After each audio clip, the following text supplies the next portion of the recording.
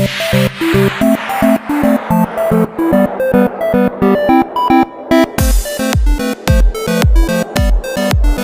And welcome all my dear student, this is lecture number 2 of metallurgy. Metallurgy का एक first lecture हमने बहुत छोटा सा लेक्चर हमने अपलोड किया है। उस लेक्चर में हमने फिजिकल प्रॉपर्टीज ऑफ मेटल और नॉन मेटल दोनों कवर किया है। तो अब नया टॉपिक शुरू करेंगे from your chapter metallurgy 10th science and technology.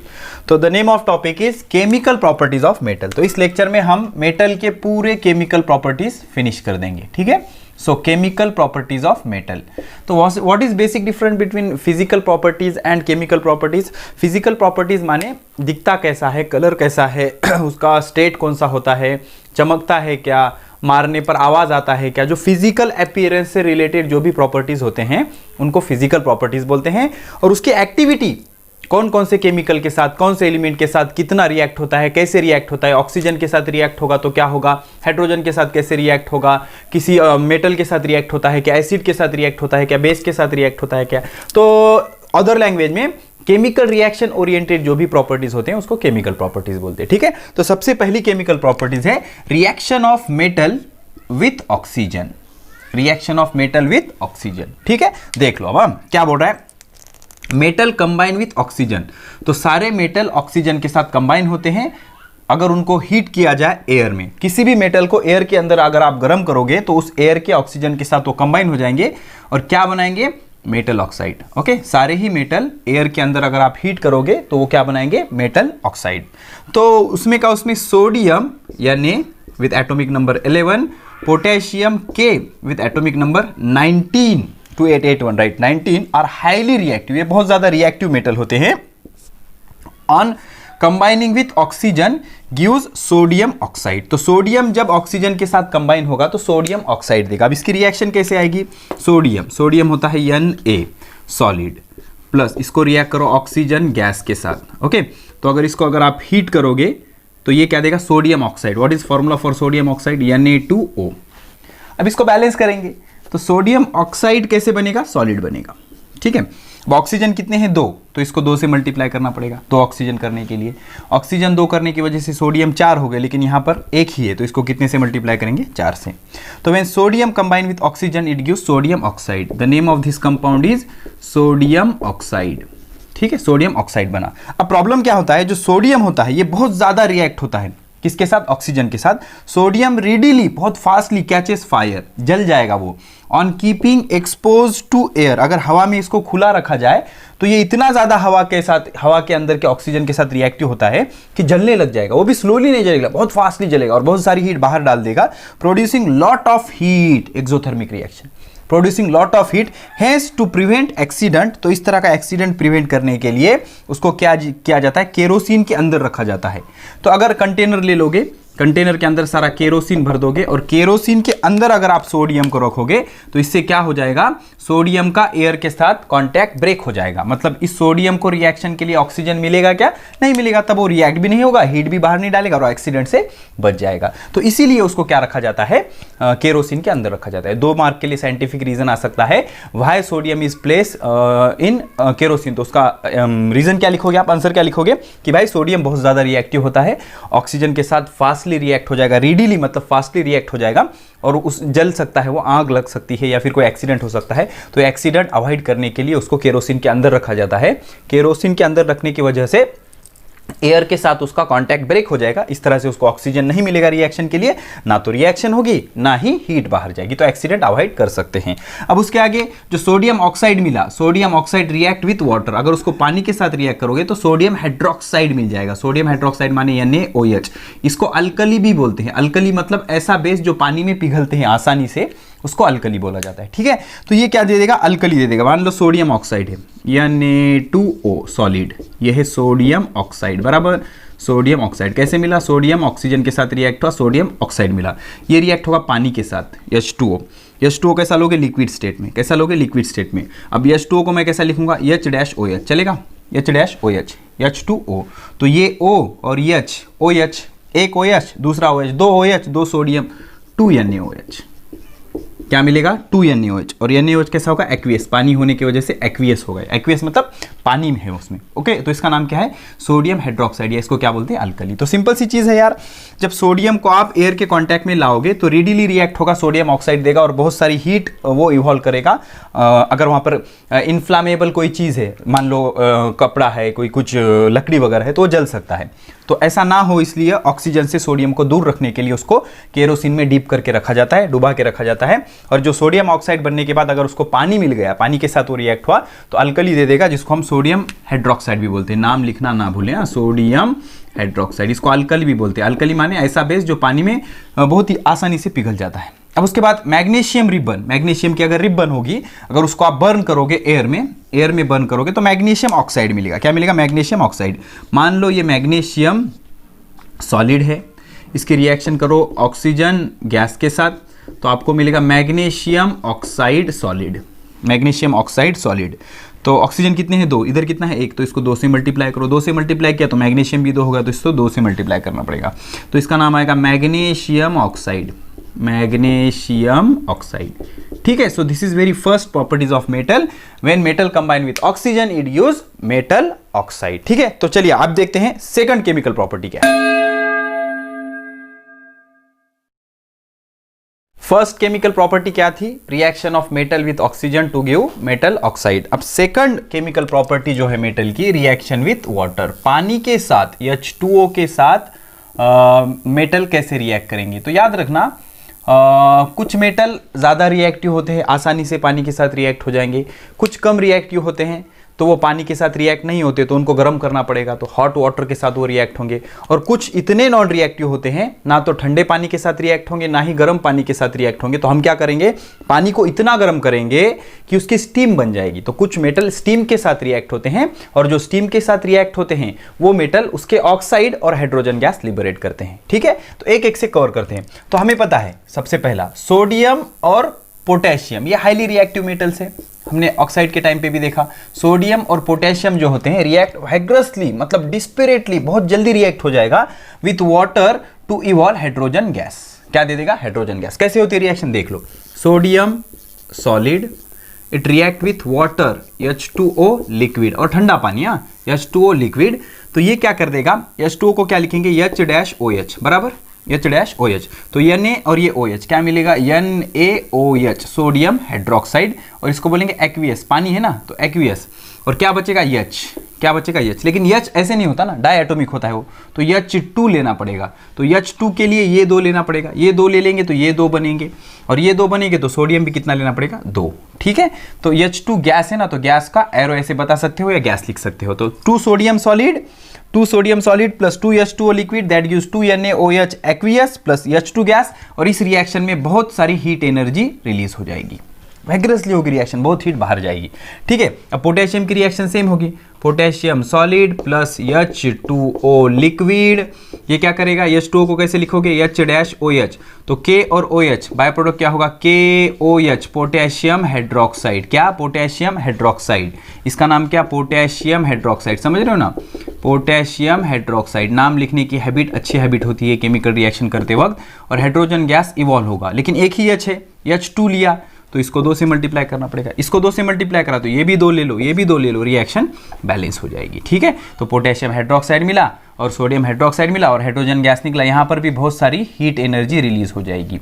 ठीक है, तो इससे क्या पता चलता है कि भाई सोडियम और पोटेशियम जो है वो हाईली रिएक्टिव मेटल है। क्यों, ये जल्दी रिएक्ट हो रहे हैं, ठंडे पानी के साथ भी रिएक्ट हो रहे हैं, और जल्दी से हाइड्रोजन गैस इवॉल्व हो रहा है और बहुत सारी हीट एनर्जी रिलीज हो रही है। ठीक है, तो इसका नाम पोटेशियम हाइड्रोक्साइड, इसका नाम सोडियम हाइड्रोक्साइड, ये अल्कली है, सोडियम हाइड्रोक्साइड। अल्कली माने ऐसा बेस जो पानी में आसानी से पिघल जाता है। ठीक है, अब उसके बाद कैल्शियम जो होता है बहुत आराम से स्लोली रिएक्ट होगा पानी के साथ टू गिव हाइड्रोजन गैस, और ये जो मेटल होता है बाद में फ्लोट करने लगेगा, कहां पर पानी पे तैरने लगेगा। ठीक है, तो रिएक्शन कैसे होगी कैल्शियम प्लस वाटर H-OH लिखता हूं अब मैं इसको, ये होता है लिक्विड, और ये सॉलिड, कैल्शियम सॉलिड पानी liquid, that gives CaOH taken twice. Calcium की वैलेंसी 2 होती है, तो CaOH टेकन ट्वाइस। अब ये वैलेंसी वाला टॉपिक हम पीरियोडिक टेबल में अच्छे से डिस्कस कर चुके हैं, ठीक है। CaOH taken twice, calcium hydroxide.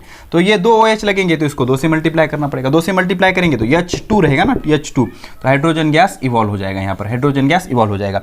और ये जो CaOH टेकन ट्वाइस है, इसके बाजू में क्या लिखेंगे अपन, एक्वियस। एक्वियस मतलब ओल्सर, पानी है ना, तो 2 कैल्शियम लेने पड़ेंगे, 2 कैल्शियम लेने पड़ेंगे, ठीक है ना। तो कैल्शियम प्लस वाटर, नहीं या balance, no problem, calcium plus water that gives CaOH taken twice, calcium hydroxide plus hydrogen gas is evolve, ठीक है। तो इसका नाम क्या है, कैल्शियम हाइड्रोक्साइड, कैल्शियम हाइड्रोक्साइड, ठीक है, ये बना कैल्शियम हाइड्रोक्साइड, एक्वियस। अब उसके बाद magnesium react with hot water. अब ये मैग्नीशियम जो होता है, अब एक्टिविटी कम होते जा रही है, ठीक है, सबसे ज़्यादा ये रिएक्टिव, ये मॉडरेट रिएक्टिव है, उससे कम reactive. Magnesium react with hot water, ये ठंडे पानी के साथ रिएक्ट नहीं होगा, इसलिए हमें पानी क्या करना पड़ेगा, गर्म करना पड़ेगा, okay, to give hydrogen gas. तो क्या होगा, magnesium solid plus water, water को लिखेंगे H-OH, ये होता है लिक्विड, इट गिव्स, अब ये क्या करेगा, देख लो, Mg की भी वैलेंसी 2 होती है, ये देगा MgOH taken twice, magnesium hydroxide, इसका नाम क्या है, मैग्नीशियम हाइड्रोक्साइड, ठीक है, मैग्नीशियम हाइड्रोक्साइड, और ये होगा एक्वियस प्लस, अब 2 OH लिए ना यहाँ पर, तो इसको 2 से मल्टीप्लाई करना पड़ेगा, इसको 2 से मल्टीप्लाई करा तो ये H2 हो गया, तो हाइड्रोजन गैस आसानी से इवॉल्व हो जाएगा। और नोट कीजिए, इसमें कोई हीट एनर्जी रिलीज नहीं होगी, ठीक है, पहले 2 में ही हीट एनर्जी रिलीज होगी, बिकॉज वो बहुत विग्रस रिएक्शन है, बहुत फास्टली वो रिएक्शन होती है। अब जो एल्यूमिनियम, उसके बाद जिंक या फिर आयरन, जिंक, ये जो मेटल होते हैं ये उतना रिएक्टिव नहीं होते, इसलिए ये तो कोल्ड वाटर के साथ भी रिएक्ट नहीं करेंगे, ना तो हॉट वाटर के साथ रिएक्ट करेंगे। तो इसके लिए क्या करना पड़ेगा, इसकी हमें स्टीम बनानी पड़ेगी, पानी को इतना गर्म करना पड़ेगा, रिएक्शन को इतना एनर्जाइज करना पड़ेगा कि पानी का पूरा स्टीम हो जाएगा और ये रिवॉल्व होंगे। और ये क्या बनाएंगे, अभी अल्कली नहीं बनाएंगे, ऑक्साइड बनाएंगे और हाइड्रोजन गैस रिलीज करेंगे, ऑक्साइड बनाएंगे और हाइड्रोजन गैस रिलीज करेंगे, ठीक है। तो इनके रिएक्शन देखते हैं, पहले देखेंगे एल्यूमिनियम, तो एल्यूमिनियम की वैलेंसी 3 होती है, याद रखना। तो जब एल्यूमिनियम रिएक्ट होगा पानी के साथ, ओके, H2O के साथ, एल्यूमिनियम सॉलिड, वाटर, या फिर ये गैस है, हमारा स्टीम है ना, वाटर स्टीम फॉर्म में है, एल्यूमिनियम प्लस वाटर, तो ये क्या देगा, एल्यूमिना देगा, Al2O3, Al2O3 इसका ऑक्साइड, ओके, Al2O3 ये सॉलिड होगा और हाइड्रोजन गैस इवॉल्व होगा। अब इसको बैलेंस करेंगे हम, हाइड्रोजन गैस क्या हो जाएगा, इवॉल्व हो जाएगा, हाइड्रोजन गैस इवॉल्व हो जाएगा, ओके, इसका ऑक्साइड बनेगा, हाइड्रोजन गैस इवॉल्व हो जाएगा। अब कैसे बैलेंस करेंगे, 3 ऑक्सीजन है, इधर 1 है, तो इसको इवन करना पड़ेगा, इवन करना पड़ेगा ना, तो 3 को इवन करने के लिए इसको 2 से मल्टीप्लाई करना पड़ेगा, 3 दूनी 6 हो गए ना। अब 6 होने के बाद क्या करोगे फिर, 6, चलो ठीक है, इसके बजाय हम क्या करते हैं, सिंपल मेथड यूज करेंगे, ऑक्सीजन कितने हैं, 3, तो इसको क्या करेंगे, 3 से मल्टीप्लाई करेंगे, ऐसा चेक करेंगे पहले। एल्यूमिनियम कितने हैं, 2, तो इसको 2 से मल्टीप्लाई करेंगे। हाइड्रोजन कितने हो गए, 3 दूनी 6, तो इसको 3 से मल्टीप्लाई करेंगे, तो 3 दूनी 6 hydrogen, 6 hydrogen, 3 oxygen, 3 oxygen, 2 aluminium, 2 perfect, okay. तो इसका नाम क्या है, एल्यूमिना या फिर एल्यूमिनियम ऑक्साइड। अब इसके बाद आयरन, माने Fe के साथ कैसे होता है, Fe सॉलिड प्लस H2O, इसमें भी H2O डालेंगे, ये गैस होगा बिकॉज स्टीम फॉर्म में है। तो आयरन का जो ऑक्साइड होता है Fe3O4, Fe3O4, ओके। अब ये सॉलिड, ये ऑक्साइड बना इसका Fe3O4। तो आयरन पहले 3 है, तो इसको 3 से मल्टीप्लाई कर लो सिंपली, इसको 3 से मल्टीप्लाई किया। ऑक्सीजन कितने हैं, 4 है, तो इसको कितने से मल्टीप्लाई करो, 4 से मल्टीप्लाई करो, 4 दूनी 8 हाइड्रोजन है, तो इसको क्या करेंगे, 4H2 gas, okay, 4 hydrogen gas evolve हो जाएंगे, ठीक है।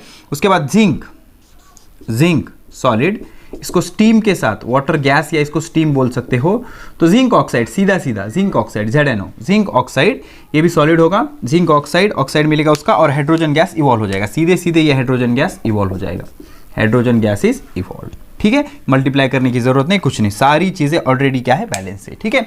तो पहले केमिकल प्रॉपर्टी में हमने क्या पढ़ा कि मेटल अगर ऑक्सीजन के साथ रिएक्ट हुआ तो मेटल ऑक्साइड मिलता है, और दूसरे केमिकल प्रॉपर्टी में हम मेटल की रिएक्शन पानी के साथ देखी। इसमें क्या होता है, जो रिएक्टिव मेटल है वो ठंडे पानी के साथ भी रिएक्ट होंगे, जो थोड़ा सा कम रिएक्टिव होंगे उसके लिए पानी गर्म करना पड़ेगा, और जो और कम रिएक्टिव हैं, बहुत ही कम रिएक्टिव है, वो ठंडे पानी के साथ भी रिएक्ट नहीं होते, गर्म पानी के साथ भी रिएक्ट नहीं होते, उसके लिए क्या करना पड़ेगा, पानी को इतना गर्म करना पड़ेगा कि पानी का पूरा स्टीम हो जाए, फिर उसके साथ वो रिएक्ट होंगे, ऑक्साइड देंगे और हाइड्रोजन गैस इवॉल्व करेंगे, ठीक है। अब तीसरी केमिकल प्रॉपर्टी देखते हैं। अब जो तीसरी केमिकल प्रॉपर्टी है वो है reaction of metal with acid, reaction of metal with acid. एक चीज याद रखो, सारे मेटल एसिड के साथ लगभग रिएक्ट होते हैं, और जो एसिड आप यूज कर रहे हो वो एसिड डाइल्यूट होना चाहिए। कैसा होना चाहिए? डाइल्यूट, मतलब इम्प्योर होना चाहिए, उसमें पानी ज्यादा और एसिड कम होना चाहिए। अगर कॉन्सेंट्रेटेड यूज करोगे तो जिस रेट से हाइड्रोजन निकल रहा है वो इतने फास्ट निकलेगा कि वो जो कंटेनर है वो ब्रेक हो सकता है, या वो हाइड्रोजन आपके आंख में घुस सकता है, या फिर इतनी फास्ट रिएक्शन होगी कि वो कंटेनर सारा ब्रेक हो सकता है। तो आपको मेक श्योर करना है कि जो एसिड आप यूज कर रहे हो वो डाइल्यूट हो। कैसा हो? डाइल्यूट हो। तो जो मेटल होता है डाइल्यूट HCl के साथ अगर रिएक्ट होगा तो मेटल क्लोराइड देगा, हाइड्रोजन गैस निकलना इंपॉर्टेंट है।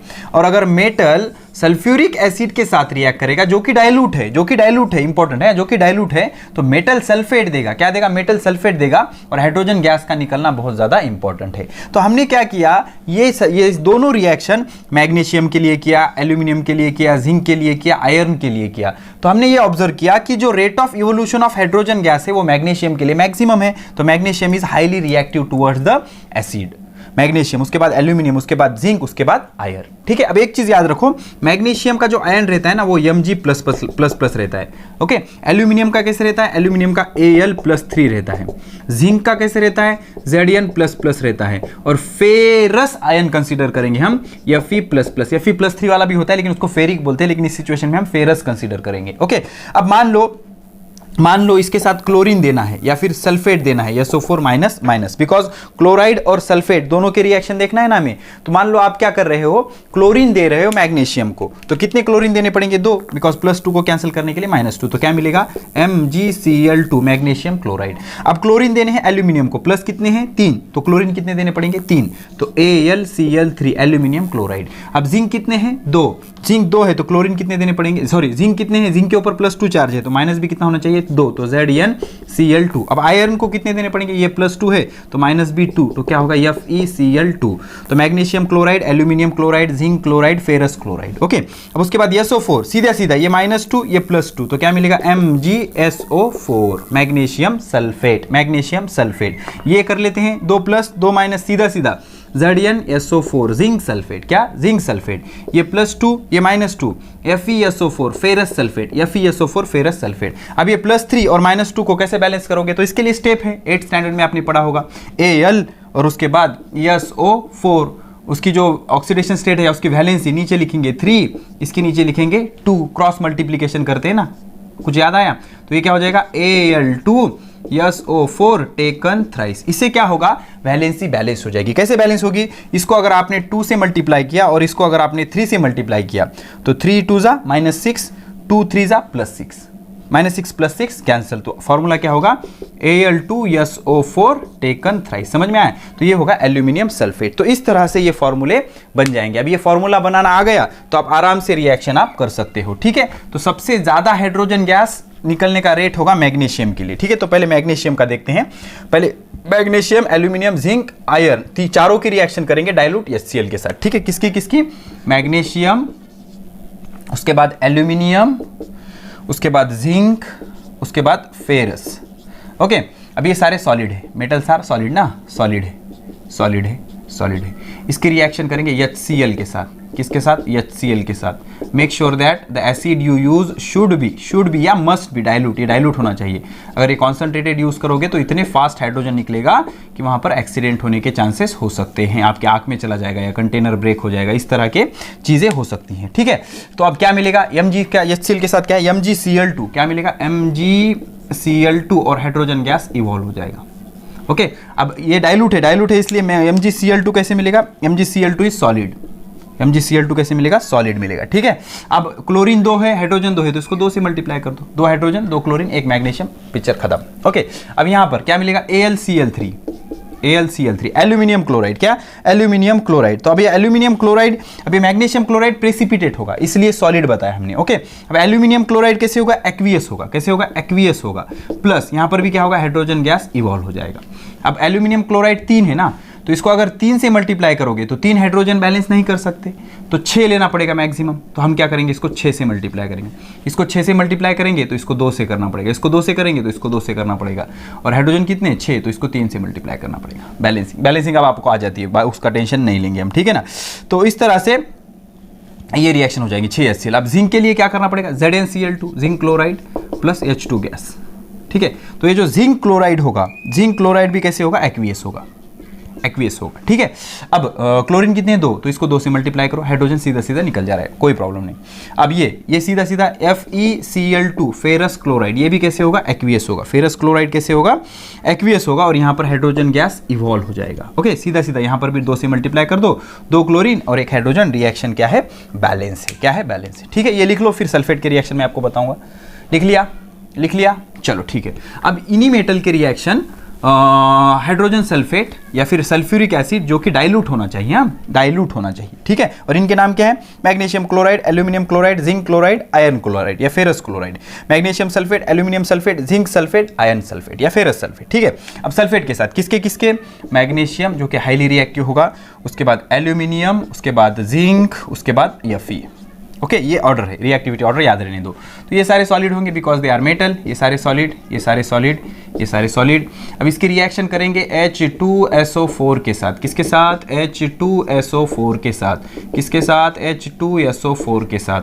What is name of H2SO4, sulphuric acid. Make sure that sulphuric acid should be dilute. Reaction को अगर कंट्रोल्ड सिचुएशन में करना है तो H2SO4 कैसे चाहिए, डाइल्यूट। अब ये रिएक्शन होगी, ये रिएक्शन होगी। अब डाइल्यूट करने के लिए इसमें पानी डालना पड़ेगा, तो पानी डालोगे तो इसको एक्वियस बोलना पड़ेगा। क्या बोलना पड़ेगा, इसको एक्वियस बोलना पड़ेगा। तो H2SO4 कैसे होगा, एक्वियस होगा। अब मैग्नीशियम की रिएक्शन सीधे सीधे होगी, मैग्नीशियम सल्फेट MgSO4, सीधा सीधा Mg और SO4, MgSO4, और यहाँ पर हाइड्रोजन गैस इवॉल्व हो जाएगा।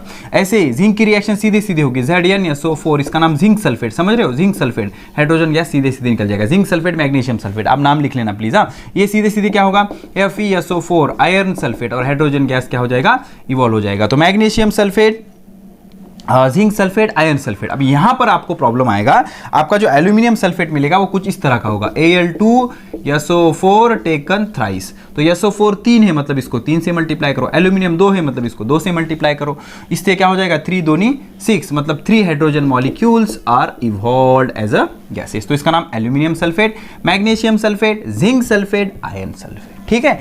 तो रिएक्शन विद एसिड में इतना याद रखना है कि सारे मेटल एसिड के साथ रिएक्ट होते हैं, लेकिन एसिड आपको डाइल्यूट यूज करना पड़ेगा ताकि रिएक्शन का रेट आपके कंट्रोल में रहे, आप और उसको ऑब्जर्व कर सके, ठीक है। तो मेटल एसिड के साथ HCl के साथ रिएक्ट होकर मेटल क्लोराइड देता है, हाइड्रोजन गैस इवॉल्व होता है।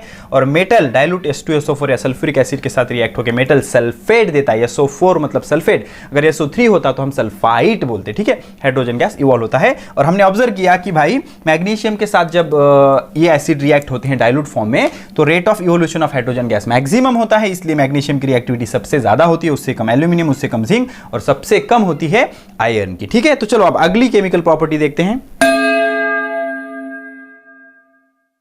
अब चौथी जो केमिकल प्रॉपर्टी है मेटल की, वो है reaction of metal with nitric acid, ठीक है। Reaction of metal with nitric acid.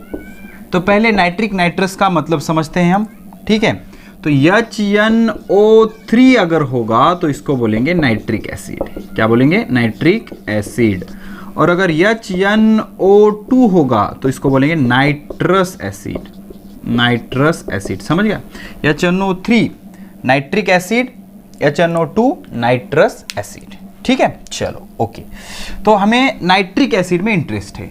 तो नाइट्रिक एसिड डाइल्यूट रहने दो या कॉन्सेंट्रेटेड रहने दो, मेन प्रोडक्ट वही मिलेगा, लेकिन बाय प्रोडक्ट में थोड़ा सा फर्क होगा। क्या बोलता है, metal react with nitric acid to form nitrate salt. Nitrate माने NO3, NO3 वाले साल्ट होंगे तो नाइट्रेट, और NO2 वाले होंगे तो नाइट्राइट, ओके।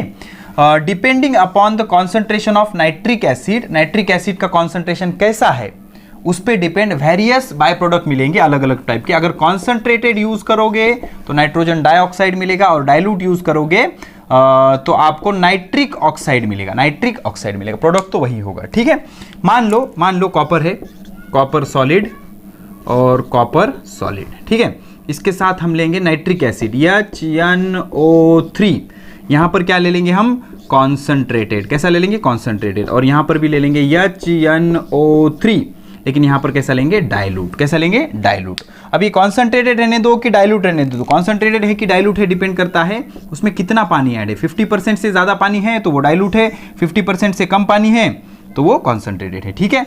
तो ये रिएक्शन हो गई। अब ये नाइट्रिक एसिड है, ये नाइट्रिक एसिड है, तो नाइट्रेट साल्ट मिलेगा। नाइट्रेट साल्ट कॉपर, कॉपर क्या होता है Cu++ और नाइट्रेट क्या होता है NO3-, तो 2 माइनस के वाले लेने पड़ेंगे। तो ये हो जाएगा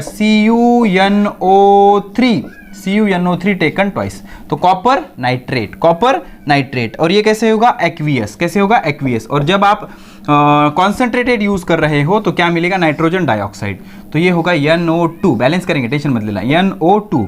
अब यहाँ पर हाइड्रोजन दिख रहा है, ऑक्सीजन दिख रहा है, तो डेफिनेटली यहाँ पर बाय प्रोडक्ट क्या होगा पानी, H2O। क्या होगा H2O। अब H2O कैसे होगा लिक्विड, और NO2 कैसे होगा गैस, कैसे होगा गैस होगा। ठीक है, अब वही स्टोरी यहाँ पर क्या होगी, सेम स्टोरी। ये कॉपर और ये NO3, कॉपर कैसे होता है Cu++, क्यूप्रस बोलते हैं इसको, सॉरी क्यूप्रिक बोलते हैं, क्या बोलते हैं क्यूप्रिक। और Cu+ क्या होता है क्यूप्रस, और Cu++ क्या होता है क्यूप्रिक। ठीक है ना, तो ये +2 और ये माइनस, ये क्या हो जाएगा, इसको इग्नोर कर दो, क्या हो जाएगा CuNO3 टेकन ट्वाइस, ये एक्वियस होगा। Copper nitrate, nitrate salt copper का। अब डाइल्यूट अगर आप यूज करोगे तो डाइल्यूट के टाइम मिलेगा NO माने नाइट्रिक ऑक्साइड। ओके, ये कैसे होगा गैस होगा, और यहां पर भी पानी मिलेगा हमें H2O liquid as a by product. अब सवाल ये उठता है कि इसको बैलेंस कैसे करें। ठीक है, तो पहले शुरू करते हैं कहां से, नाइट्रोजन से। कितने नाइट्रोजन है, 2 और 1, 3 नाइट्रोजन है। यहां पर कितना है 1 है, तो इसको कितने से मल्टीप्लाई करना पड़ेगा 3 से। लेकिन अगर आप 3 से मल्टीप्लाई करोगे तो हाइड्रोजन बैलेंस हो सकता है क्या, नहीं, बिकॉज हाइड्रोजन इवन होना चाहिए। यहां पर क्या हो रहा है ऑड हो रहा है ना 3, तो हम 3 के आगे वाला इवन नंबर ले लेते हैं 4।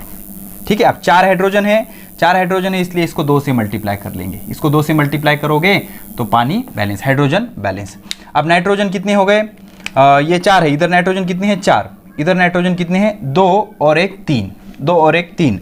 अब इसको 4 करने के लिए इसको मुझे 2 से मल्टीप्लाई करना पड़ेगा। तो अब 2 नाइट्रोजन 2 और 2 कितने हो गए 4। कॉपर कितना है 1। अब रहा सवाल ऑक्सीजन अगर बैलेंस हो गए तो हमारा टेंशन खत्म। 4 त्रिकम 12 ऑक्सीजन है, तो 3 दूनी 6, 6 और 4 10 और 2 12, करेक्ट। एक बार चेक कर लेता हूं मैं, copper 4HNO3, copper nitrite 2NO2 और H2O, काम खत्म, फिनिश। ठीक है, सेम सिचुएशन यहां से शुरू करते हैं। अब देख लो नाइट्रोजन, ठीक है चलो, नाइट्रोजन यहां पर कितने हैं 2, यहां पर कितने हैं 3, नाइट्रोजन 3 करने पड़ेंगे, तो इसको 3 से मल्टीप्लाई नहीं कर सकते, सपोज पहले 4 से कर दिया, तो 4 से करने के बाद क्या हो गया, 4 से मल्टीप्लाई करने के बाद क्या हो गया, इसको 4 से मल्टीप्लाई किया, तो 4 से मल्टीप्लाई करने के बाद हाइड्रोजन 4 करने के लिए आपको इसको 2 से मल्टीप्लाई करना पड़ेगा। अब इसको अगर 2 से मल्टीप्लाई करोगे तो नाइट्रोजन बैलेंस करने के लिए इसको 2 से मल्टीप्लाई करना पड़ेगा। लेकिन प्रॉब्लम कहाँ आएगा, ऑक्सीजन में। कैसे, 4 त्रिकम 12 ऑक्सीजन है, यहाँ कितने 3 दूनी 6, 6 और 2 8, 8 और 2 10, तो 10 को 12 करने के लिए आप क्या करोगे, इसको क्या करेंगे हम, इसको मल्टीप्लाई करेंगे हम NO को 2 से, कितने से 2 से, और 12 करने के लिए इसको मल्टीप्लाई करेंगे 4 से। ठीक है, तो 4 और 2 6, 6 और 6 12 हो गए, 6 और 6 12 हो गए। लेकिन प्रॉब्लम ये हुआ कि अब हमारे हाइड्रोजन कितने हो गए 8, हाइड्रोजन कितने हो गए 8, तो इसको कितने से मल्टीप्लाई करना पड़ेगा फिर 8 से। अब इसको 8 से मल्टीप्लाई किया तो नाइट्रोजन कितने हो गए 8, तो नाइट्रोजन 8 होने के कारण अब आपको क्या करना पड़ेगा, इसको आपको 3 से मल्टीप्लाई करना पड़ेगा, 3 से नहीं, 1 मिनट। तो अब ये 8 हो गए ना, नाइट्रोजन कितने हो गए 8, तो 2 यहाँ से आ गए, 2 नाइट्रोजन यहाँ से आ गए, तो इसको 3 से मल्टीप्लाई करना पड़ेगा, तो ये 2 और 3, 3 दूनी 7, 6 और 2 8। अब चेक कर लेते एक बार। अब कॉपर 3 है तो इसको 3 से मल्टीप्लाई करना पड़ेगा। ठीक है, तो 3 कॉपर, बुक में प्रिंट मिस्टेक है, 3 कॉपर, नाइट्रोजन कितने 8 माने, अब ये 2 3 दूनी 7, 6 और 2 8, करेक्ट। ओके, हाइड्रोजन कितने हैं 8, हाइड्रोजन कितने 8, ऑक्सीजन कितने 8 त्रिक 24 ऑक्सीजन है, तो 3 दूनी 6, 7 18, 20 और 4 24, परफेक्ट। तो इस तरह से ये रिएक्शन होती है, सिर्फ ये ऑक्साइड का फर्क है, कॉन्सेंट्रेटेड के टाइम पे NO2 होगा और डाइल्यूट के टाइम पे NO होगा। ऐसे भी याद रख सकते हो, डाइल्यूट जब यूज कर रहे हो तो ज्यादा सैनिक यूज करना पड़ेगा, मतलब इसके डबल है, और इस तरह से बैलेंसिंग आप आराम से कर सकते हो। ठीक है, तो